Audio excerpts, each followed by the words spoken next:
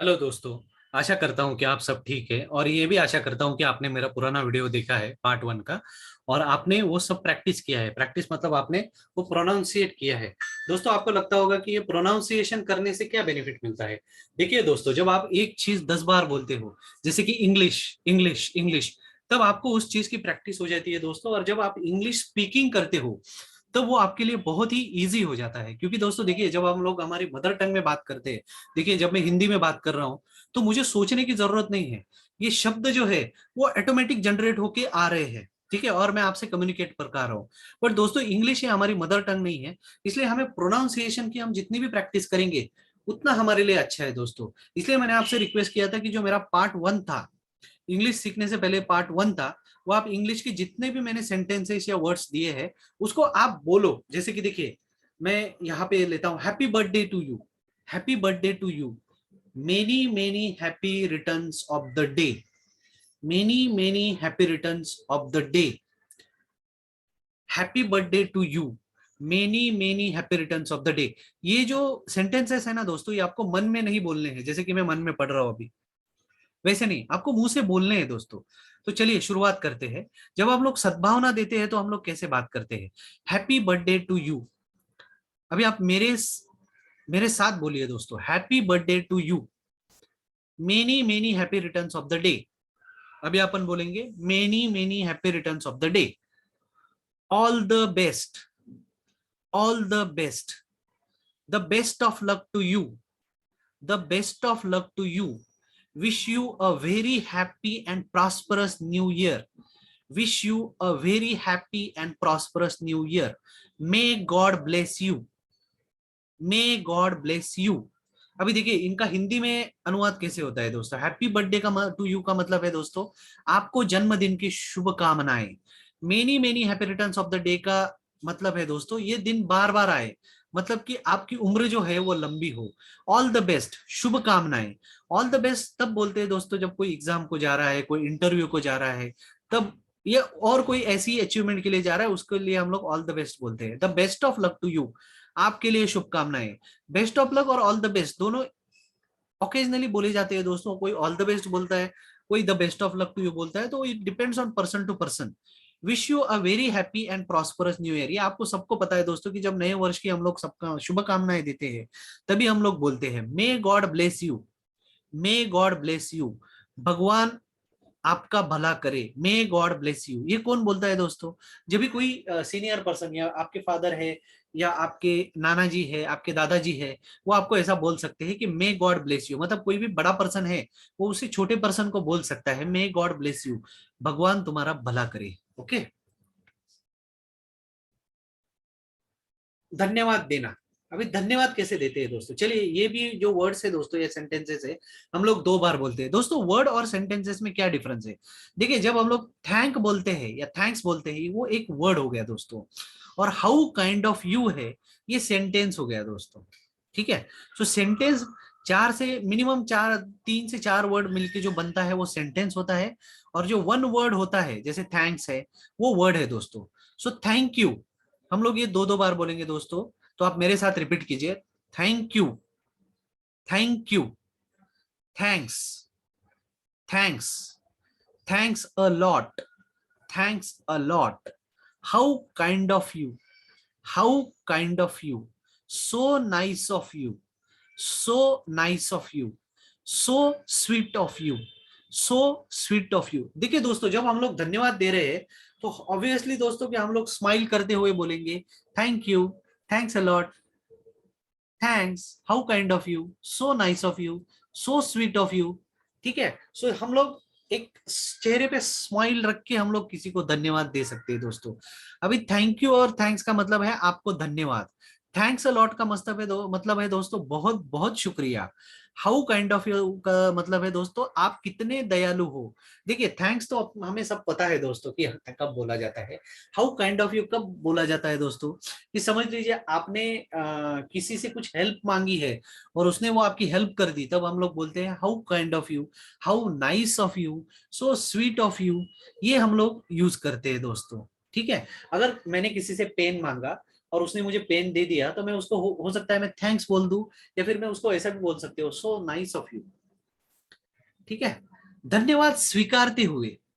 अभी देखिए, किसी ने आपको धन्यवाद दिया तो वो ऐसे दिया, thank you, thanks, thanks a lot, how kind of you, so nice of you, so sweet of you. अब सामने वाला कैसे बोलेगा दोस्तों? वो बोलेगा नो मेंशन प्लीज। ठीक है, वो बोलेगा that's all right, you are welcome, it's my pleasure. Okay, ऐसा बोलेगा। हम ये दो दो बार बोलते हैं दोस्तों, no mention please, no mention please, that's all right, that's all right, you are welcome, you are welcome, it's my pleasure, it's my pleasure. ठीक है, सो ये धन्यवाद देते टाइम, धन्यवाद स्वीकारते टाइम दोस्तों ऐसा बोला जाता है। ठीक है, सो कोई बात नहीं, ठीक है। देन नो मेंशन प्लीज का मतलब है कोई बात नहीं।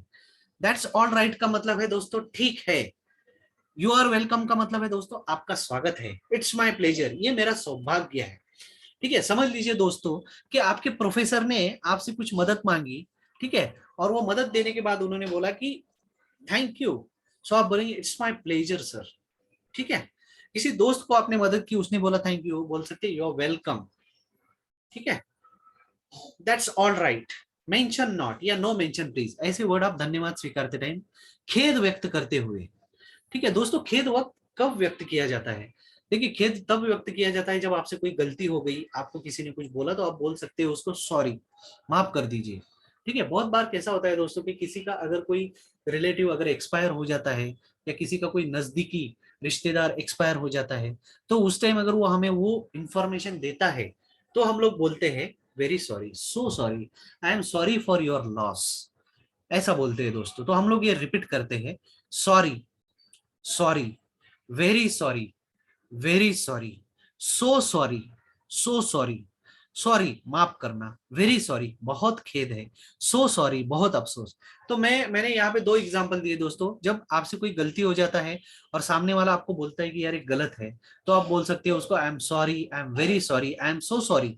बहुत बार दोस्तों किसी का नजदीकी रिश्तेदार एक्सपायर हो गया है और वो आपको वो न्यूज देता है, तो हम लोग बोल सकते हैं I am sorry for your loss, sorry, so sorry.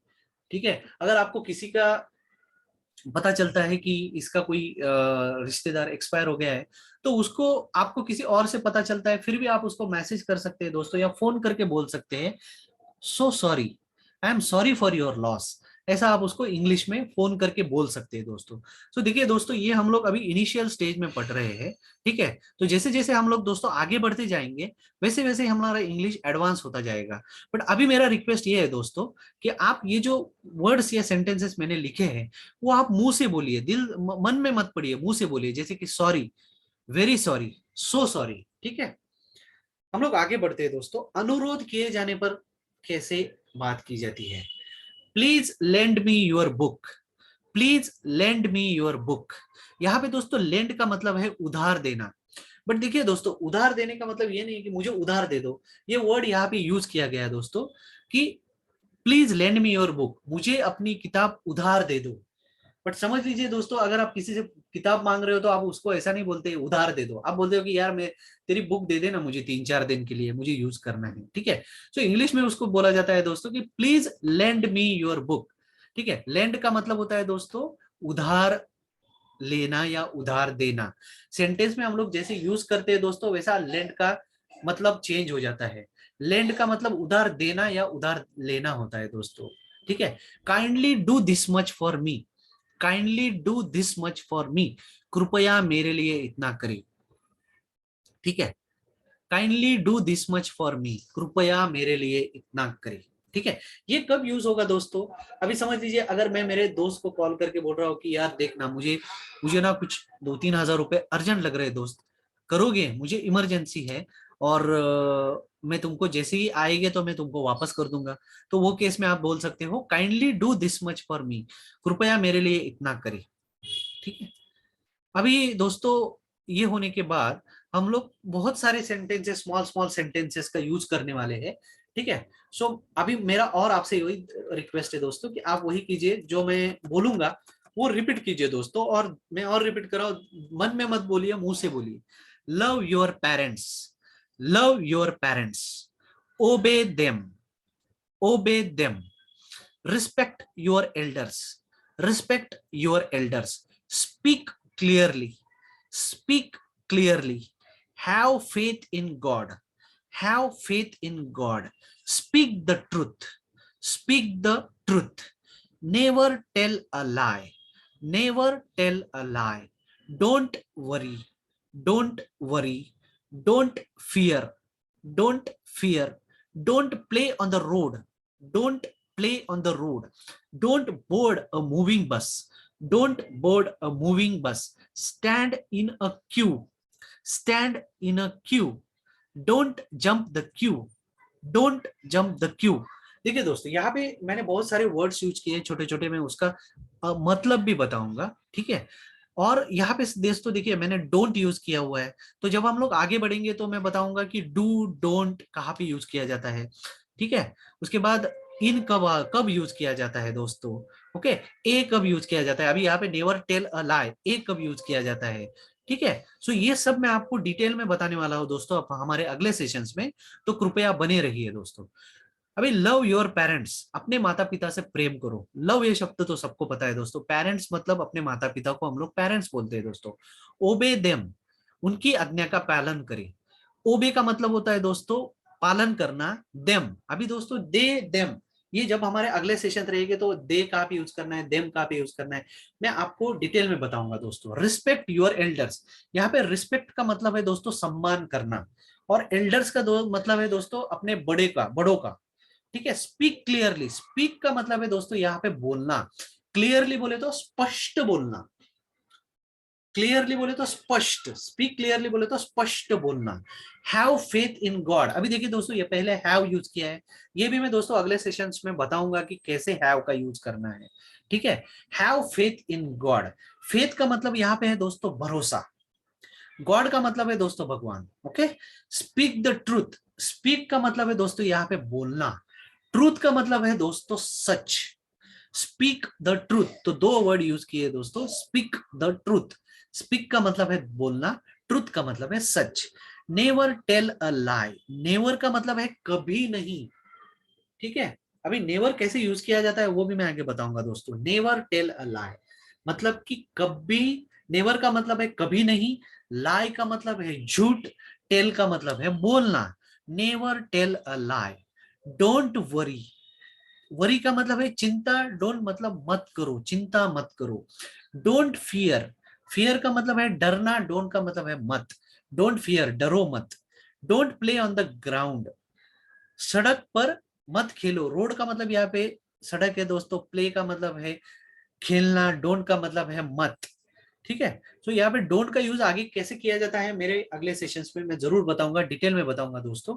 Don't board a moving बस, यहाँ पे दोस्तों बस का मतलब आपको पता ही है, मूविंग मतलब कि चलने वाली, ठीक है। बोर्ड, बोर्ड मतलब कि चढ़ना, बोर्ड का मतलब यहाँ पे मतलब है दोस्तों चढ़ना। यहाँ पे दोस्तों आईएनजी लगाया हुआ है, मूविंग, वो आईएनजी क्यों लगाया गया है दोस्तों मैं अगले सेशंस में आपको बताऊंगा। स्टैंड इन अ क्यू, दोस्तों ये यहाँ पे इन नहीं, यहाँ पे इन रहेगा, stand in a Q. Stand का मतलब है खड़ा रहना, क्यू मतलब कतार में, कतार में खड़े हो जाओ, ठीक है। Don't jump the Q, don't का मतलब यहाँ पे है मत, जंप मतलब कि कूदना या छोड़ना, क्यू का मतलब है कतार, तो कतार मत छोड़ना, कतार से कूदो मत, ठीक है। थैंक्स फॉर वॉचिंग दोस्तों, मेरा रिक्वेस्ट है आपसे कि ये जो वर्ड्स है ये आप बार बार प्रैक्टिस कीजिए, ये एक सेशन जो है वो 2-3 बार देखिए, सो दैट आपको क्लैरिटी आएगा दोस्तों। और इसके आगे मैं रिक्वेस्ट करूंगा दोस्तों कि please subscribe to my channel and click the bell icon, so that मेरे जो नए सेशन जो है वो आपको इमीडिएटली डिलीवर हो जाएंगे दोस्तों। Thank you so much.